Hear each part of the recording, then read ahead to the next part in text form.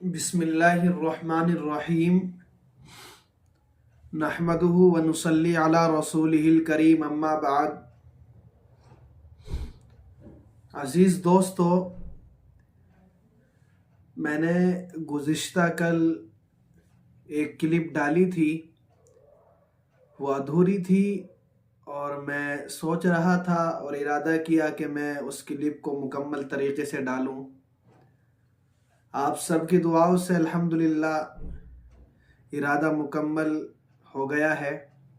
اللہ تعالیٰ سے دعا کرے کہ اللہ رب العزت مجھے استقامت نصیب فرمائے۔ عزیز دوستو، سبق نمبر 1، دربار توحید کے حقوق و آداب۔ دربار توحید کے حقوق و آداب میں نے گزشتہ کل بھی ذکر کیے تھے۔ میں شروع سے لے کے چلتا ہوں اور انشاءاللہ مکمل کروں گا۔ آپ سب حضرات میرے لیے دعا فرمائیں۔ سب سے پہلا حق میں نے دربار توحید کا یہ ارشاد فرمایا تھا کہ عبادت صرف اللہ سبحانہ و تعالی ہی کی کرنا۔ پھر اس کے ضمن میں نے ایک آیت کریمہ آپ کے سامنے تلاوت فرمائی تھی۔ آیت کریمہ وَمَا أُمِرُوا إِلَّا لِيَعْبُدُوا اللَّهَ مُخْلِصِينَ لَهُ الدِّينَ حُنَفَاءَ وَيُقِيمُوا الصَّلَاةَ وَيُؤْتُوا الزَّكَاةَ وَذَلِكَ دِينُ الْقَيِّمَةِ۔ آیت کریمہ کا ترجمہ، اور انہیں اس کے سوا کوئی اور حکم نہیں دیا گیا تھا کہ وہ اللہ کی عبادت اس طرح کریں کہ بندگی کو بالکل یکسو ہو کر صرف اسی کے لیے خالص رکھیں، اور نماز قائم کریں اور زکوٰۃ ادا کریں، اور یہی سیدھی سچی امت کا دین ہے۔ پھر دوسری بات، اللہ سبحانہ و تعالیٰ کی تعظیم کرتے رہنا۔ یہ بھی دربار توحید کے حق میں سے ہے اور آداب میں سے ہے کہ اللہ سبحانہ و تعالیٰ کی تعظیم کرتے رہنا۔ پھر اس کے ضمن میں نے ایک آیت کریمہ آپ کے سامنے تلاوت فرمائی تھی۔ آیت کریمہ میں آپ کے سامنے دوبارہ تلاوت کر دیتا ہوں۔ لِتُؤْمِنُوا بِاللَّهِ وَرَسُولِهِ وَتُعَزِّرُوهُ وَتُوَقِّرُوهُ وَتُسَبِّحُوهُ بُكْرَةً وَأَصِيلًا، تاکہ تم اللہ اور اس کے رسول پر ایمان لاؤ اور اس کی مدد کرو اور اس کی تعظیم کرو، اور صبح و شام اللہ کی تسبیح بیان کرتے رہو۔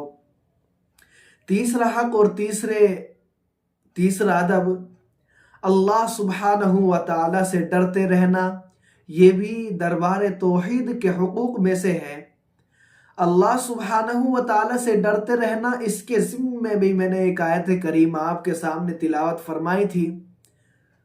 آیت کریمہ ذَلِكَ يُخَوِّفُ اللَّهُ بِهِ عِبَادَهُ يَا عِبَادِ فَاتَّقُونِ۔ اللہ سبحانہ و تعالیٰ ارشاد فرماتا ہے، یہ وہی چیز ہے جس سے اللہ اپنے بندوں کو ڈراتا ہے، لہٰذا اے میرے بندو میرا خوف اپنے دل کے اندر رکھو۔ یہ میں نے تیسرا حق آپ کے سامنے بیان فرمایا ہے۔ چوتھا حق دربار توحید کا اور آداب میں سے دربار توحید کے چوتھا ادب یہ ہے کہ اللہ سبحانہ و تعالیٰ کی اطاعت میں مشغول رہنا اور نافرمانی کو چھوڑ دینا۔ یہ چوتھا حق ہے۔ اس کے بارے میں نے آپ حضرات کے سامنے ایک آیت کریمہ تلاوت فرمائی تھی۔ آیت کریمہ ہے وَمَن يُطِعِ اللَّهَ وَرَسُولَهُ يُدْخِلْهُ جَنَّاتٍ تَجْرِي مِن تَحْتِهَا الْأَنْهَارُ خَالِدِينَ فِيهَا وَذَلِكَ الْفَوْزُ الْعَظِيمُ۔ دوسری آیت کریمہ وَمَن يَعْصِ اللَّهَ وَرَسُولَهُ وَيَتَعَدَّ حُدُودَهُ يُدْخِلْهُ نَارًا خَالِدًا فِيهَا وَلَهُ عَذَابٌ مُهِينٌ۔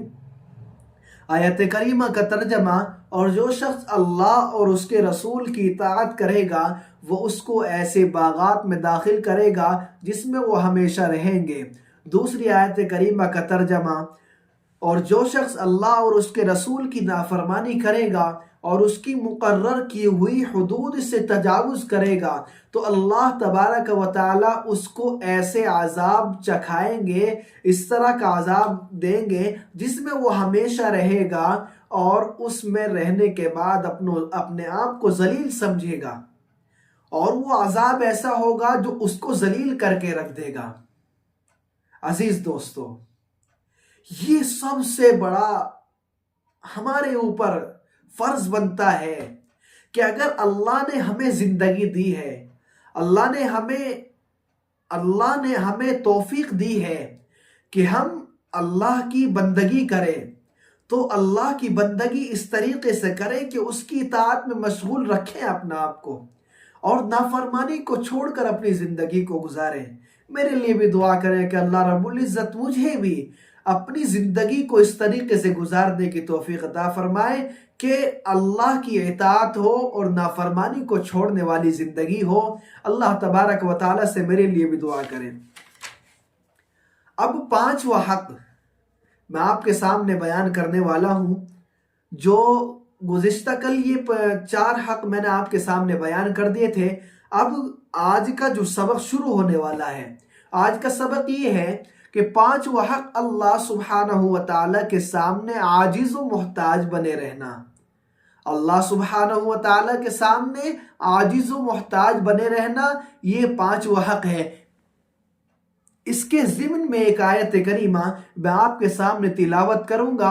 اللہ تبارک و تعالی ارشاد فرماتا ہے، یا ایھا الناس انتم الفقراء الی اللہ۔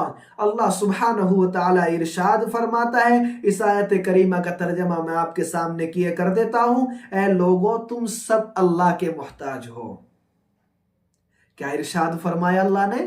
اے لوگو تم سب اللہ کے محتاج ہو، یعنی دنیا کے اندر اگر ہم خوشحال ہیں تو بھی اللہ کے محتاج ہیں، اگر ہم پریشانی میں ہیں تو بھی اللہ کے محتاج ہیں، اگر ہمارے اوپر کوئی مصیبت آ رہی ہے تو بھی اللہ کے محتاج ہیں۔ ہمیں ہر حال میں اللہ کا محتاج بنے رہنا ہے، تب جا کر ہماری زندگی صحیح ہوگی، اور یہ دربار توحید کے حق میں سے ہے۔ دربار توحید کا آداب میں سے ایک ادب یہ بھی ہے کہ ہمیں ہمیشہ اللہ کا محتاج بنے رہنا ہے۔ اور چھٹا حق ہے صرف اللہ سبحانہ و تعالی ہی پر بھروسہ کرنا۔ چھٹا حق یہ ہے کہ صرف اللہ سبحانہ و تعالی ہی پر بھروسہ کرنا، اللہ سبحانہ و تعالی ہی پر بھروسہ کرنا۔ اس کے ضمن میں ایک آیت کریمہ میں آپ کے سامنے پڑھ دیتا ہوں۔ اللہ سبحانہ و تعالی ارشاد فرماتا ہے، وَعَلَى اللَّهِ فَلْيَتَوَكَّلِ الْمُؤْمِنُونَ وَعَلَى اللَّهِ فَتَوَكَّلُوا إِن كُنتُم مُؤْمِنِينَ۔ کیا ارشاد فرمایا اللہ نے؟ وَعَلَى اللَّهِ فَتَوَكَّلُوا إِن كُنتُم مُؤْمِنِينَ۔ اللہ سبحانہ و تعالی اپنے کلام پاک کے اندر ارشاد فرماتا ہے، اور اپنا بھروسہ صرف اللہ پر رکھو اگر تم واقعی صاحب ایمان ہو۔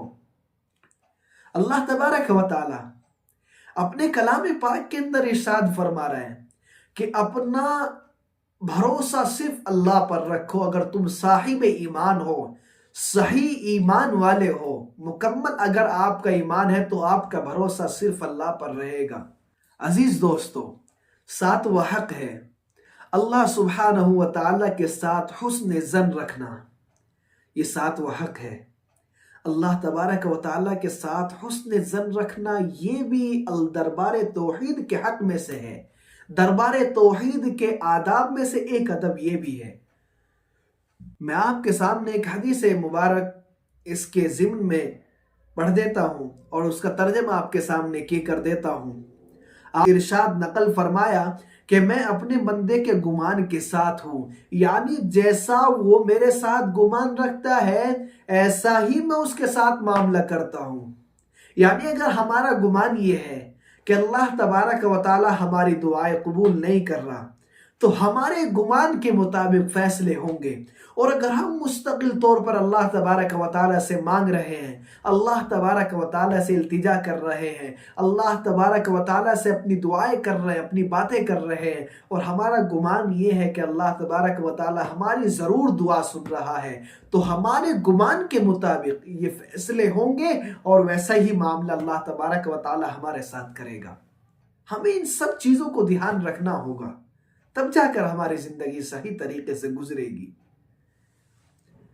8واں حق میں آپ کے سامنے بیان کر دیتا ہوں۔ اللہ سبحانہ و تعالیٰ سے حیا کرنا، یعنی ہر وہ کام جو لوگوں کے سامنے شرم و حیا والے ہیں اور شرم و حیا کی وجہ سے نہیں کرتے اور نہیں کیا جاتا، اسی طریقے سے اللہ سے شرم کرتے ہوئے بدرجہ اولا نہ کرنا۔ یہ بھی دربار حقوق کے آداب میں سے ایک حق ہے۔ بتلاؤ، کیا ہر جگہ اللہ نہیں ہے؟ ہر جگہ اللہ ہے، ہر جگہ اللہ ہمیں دیکھ رہا ہے۔ تو اگر ہمارے ذہن میں یہ بات ہوگی کہ اللہ ہمیں دیکھ رہا ہے، اللہ سے ہم شرم کرنے والے اگر ہو گئے، تو ہم تمام کے تمام گناہ چھوڑ دیں گے۔ وہ کام ہم چھوڑ دیں گے جو اللہ کو پسند نہیں ہے،